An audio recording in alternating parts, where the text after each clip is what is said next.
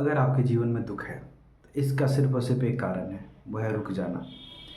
रुक जाने का मतलब होता है स्थिरता। जहाँ जिस पल आप रुक गए, दुख वहीं से शुरू हो जाएगा। जैसे सोना आपको बहुत पसंद है, लेकिन अगर कोई कहे दिन भर आपको सोना ही है, तो वहीं से दुख पैदा हो जाएगा। आपको खाना बहुत पसंद है, लेकिन अगर कोई कहे कि आपको दिन भर खाना ही है और आपको बहुत खाना है, तो आपको दुख होने लगेगा। जो आपका पसंदीदा चीज़ है, अगर उसको लगातार दिया जाए 1 महीने तक, आपको दुख होने लगेगा। तो दुख का मतलब होता है स्थिरता। जहाँ आप रुक गए, जहाँ आपका जीवन रुक गया, जहाँ आपके विचार रुक गए और जहाँ आप मानसिक रूप से रुक गए, दुख वहीं से शुरू हो जाएगा। आपने खुद देखा होगा नदी में पानी जो बह रहा है वो बड़े आराम से बहता है, लेकिन अगर वही पानी कहीं गड्ढे में रुक जाए तो अगले दिन से सड़न पैदा होने लगता है।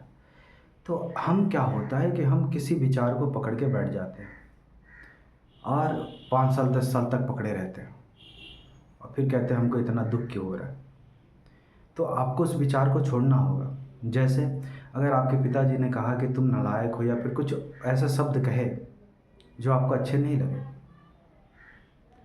आप उस शब्द को पकड़ के 5 साल 10 साल बैठे हुए हैं कि कैसे उन्होंने कह दिया।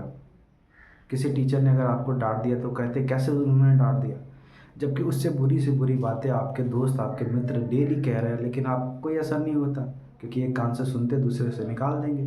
क्योंकि दोस्तों की बात को हम नहीं पकड़ते, लेकिन अपने टीचर अपने पिता की बातों को पकड़ के बैठ जाते हैं। तो लाइफ में यही है कि जिस जिस भी पल हम जिस भी चीज़ों को पकड़ के बैठ जाएंगे, दुख वहीं से शुरू हो जाएगा। ऐसा नहीं कि घटनाएं नहीं होंगी आपके जीवन में, घटनाएं बहुत होंगी, लेकिन बात यहाँ पे ये आता है कि आप किस घटना को पकड़ के बैठे हुए हैं।